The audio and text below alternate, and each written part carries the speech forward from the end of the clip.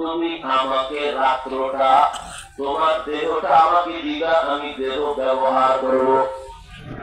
আল্লাহর বান্দি আল্লাহর মহব্বতের চিন্তায় পাগল হয়ে গেল। সন্তানের কান্না সহ্য করা যায় না, সন্তানের চোখের পানি আর ক্ষুধা আমি মা না খাইয়া দিন রাত কাটাইতে পারি, সন্তানের কান্না দিয়া কাটাইতে পারি না। এখন আমার দেহটা না দিলে এই টাকাওয়ালা আমাকে টাকা দিবে না। চিন্তা করিয়া হঠাৎ করিয়া অন্তরে আসলো, ঠিক আছে আমার সন্তানের খানার জন্য টাকা দেও, যদি তুমি আমার দেহটা ব্যবহার করতে চাও আমি রাজি হয়ে গেলাম। আল্লাহর বান্দা কয় তাহলে চলো। টাকার বান্ডিল পাশে রেখা রুমের মধ্যে অন্ধকারে ঢুকাইয়া দরওয়াজা জানালা বন্ধ করে দিল। আল্লাহর বান্দা দেখে হঠাৎ ওই দুনিয়াদার গুনাহগার মহিলা চোখের পানি আঁচল দিয়া মুছতেছে আর কাঁদতেছে। আল্লাহর গোলাম দুনিয়াদার ডাক দিয়ে কয়, রে বোন তুমি কেন কান্না করো? আমি তোমার উপর কোনো হস্তক্ষেপ করি নাই, কাজ করি নাই, তোমার শরীরের উপরে কোনো আঘাত করি নাই, কেন তুমি কান্না করতেছো? আল্লাহর বান্দি চোখের পানি ছেড়ে ডাক দিয়ে কয়, ভাই আমি আল্লাহর একজন প্রিয় বান্দি হতে চাই। আমার এই জীবনে কোনদিন একটা চরিত্রের কলঙ্কের দাগ নাই, আমার শরীর কেউ আজ পর্যন্ত কোনো বেগানা কাজ করে নাই। আজকে আমি কতটা বিপদে পড়িয়া ঠেকায় পড়িয়া আমার সন্তানের চোখের পানি আমি মা হইয়া সইতে পারি না।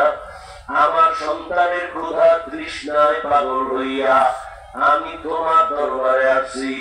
আমি তাকায় দেখতেছি তুমি দরওয়াজা বন্ধ করেছো, তুমি জানালা বন্ধ করেছো, কিন্তু আমি তো যেই মালিকের গোলাম, ওই মালিকের চোখের নজর তো কোনো দরওয়াজা দিয়ে বন্ধ করা যাবে না, ওই মালিকের ফাঁকি দেওয়ার কোনো সুযোগ নাই। দুনিয়ার মানুষ আলোতে দেখে, অন্ধকারে দেখে না। আর আমি এমন মাওলা পাকের গোলাম, আমি এমন আল্লাহর আশিক, ওই আল্লাহকে তো ফাঁকি দেওয়া কোনোভাবেই সম্ভব না। এই ভয়ে আমি কান্না করতেছি। আমি এত বছর আল্লাহর ইবাদত করি, জিকির আজকার করি, তেলাওয়াত করি, আল্লাহর আদালতে আমি কেমনে দাঁড়াবো? লজ্জায় আমি ভয় পায় কাঁদতেছি। এই মহিলা চোখের পানি ওই দুনিয়াদার গুনাহগারের অন্তরের মধ্যে একটা দাগ কাটলো। ওই গুনাহগারের হঠাৎ করিয়া দিলের মধ্যে কেমন যেন পরিবর্তন শুরু হয়ে গেল।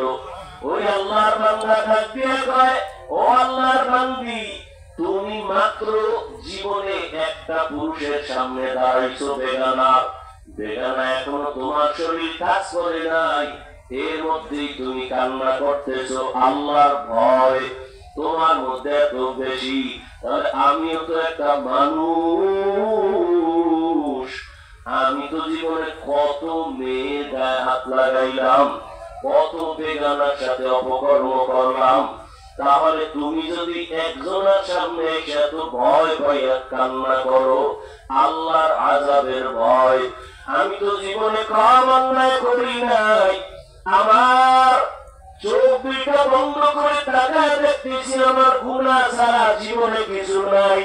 গুনাহের কারণে আমার হাত না পাক, আমার চোখ দুটো না পাক, আমার অন্তর না পাক, আমার মতো জাহান্নামের আসামি কেউ নাই। তুমি যদি একটা বেগানার সামনে এসে কান্না করো আল্লাহর আযাবের ভয়, তাহলে তো আমার জীবনটা দিয়ে গলায় রশি লাগায় কান্না করা উচিত। যাও যাও টাকাগুলো নিয়ে সন্তানের খানার আয়োজন করো, আমি তোমার শরীরে আর কাজ করবো না, যাও। আর আমার জন্য একটু দোয়া করিও, আল্লাহ যেন আমাকে মাফ করিয়া দেয়। কারণ তুমি যে আল্লাহর আযাবের ভয় কান্না করো, ওই আযাব না জানি কত ভয়ঙ্কর। শুনছি ওই আযাব, আল্লাহর আযাব বড় ভয়ঙ্কর। দুনিয়ার সূর্যের গরমই সহ্য করা যায় না, আল্লাহর আযাব তো আরো কঠিন। মাথার উপরে আসবে, গুনাহগারের মাথার মগজগুলো টাস করিয়া ফাটিয়া যাবে। ওই জাহান্নামের আযাব আমি কেমন করে সহ্য করব? ও আল্লাহর বান্দি, তুমি আমার জন্য দোয়া করিও, টাকাগুলো নিয়ে সন্তানের দাও, আমার কাছে আর ফেরত দেওয়া লাগবে না। আল্লাহর বান্দা তওবা খাঁটি অন্তরে করিয়া আল্লাহর ভয়ে গুনাহ মুক্ত জীবনে তৈরি হয়ে গেল। এখন থেকে আর জীবনে কোনো গুনাহই করবে না। কিছুদিনের মধ্যে আল্লাহর বান্দা হঠাৎ অসুস্থ হইয়া দুনিয়া থেকে বিদায় নিয়ে গেল। ওই সময়ের নিয়ম ছিল একটা, আল্লাহর কুদরত, দুনিয়ার কোন মানুষ মারা যাওয়ার পরে তার বাড়ির দরওয়াজায় একটা লেখা উঠতো, কে লিখতো কারো জানা নাই। ভালো আমল নিয়ে গেলে লেখা উঠতো লোকটা ভালো, আবার খারাপ মানুষ গুনাহগার মালিক মারা গেলে তখন তার বাড়ির গেটে লেখা থাকতো লোকটা বড় খারাপ। এই জিনাকারী জাহান্নামী বান্দা ইন্তেকাল হয়ে গেল। এলাকার সব মানুষগুলো বড় খুশি, এলাকার বড় জালেম বড় গুনাহগার দুনিয়া থেকে চলে গেছে। কিন্তু দেখার জন্য সবাই দৌড়ায়, বাড়ির গেটে লেখা দেখবে খারাপ ছিল কিনা। বাড়ির গেটে মানুষজন যখন এসে হাজির, দেখে লেখা আছে আরবিতে, আল্লাহর বান্দার নাম কিফ। রহমতের নবী বলতেছেন হাদিসের ঘটনা, আল্লাহর নবী বলেন ওই বান্দার দরওয়াজায় লেখা কদ গফারাল্লাহ, আল্লাহ এই বান্দা জীবনের গুনাহগুলো মাফ করে দিয়েছেন। মানুষগুলো আশ্চর্য হয়ে গেল, চিহ্নিত জাহান্নামী। আল্লাহর বান্দি খবর পাইয়া সবাই আল্লাহর বান্দিকে ডাকলো, ডাক দিয়া কয় কি ব্যাপার? বলে হ্যাঁ কথা সত্য, আমি নিরুপায় হইয়া টাকা ধারের জন্য আসছিলাম। আমাকে রুমের মধ্যে যখন ঢুকাইছি আমার সাথে অপকর্ম করবে, আমি আমার আল্লাহর আযাবের ভয় চোখের পানি ছেড়ে যখন কান্না শুরু করলাম, আমার চোখের পানি মনে হয় ওর হেদায়েতের আলো জ্বালায় দিয়েছে। ও তখন আমার শরীর কাজ করে নাই, কান্না করিয়া জীবনে তরে বান্দা তওবা করেছে। আল্লাহ পাক বলেন, ও মুমিন, আমি দুনিয়াতে মুমিনদেরকে পরীক্ষা করার জন্য পাঠাইলাম।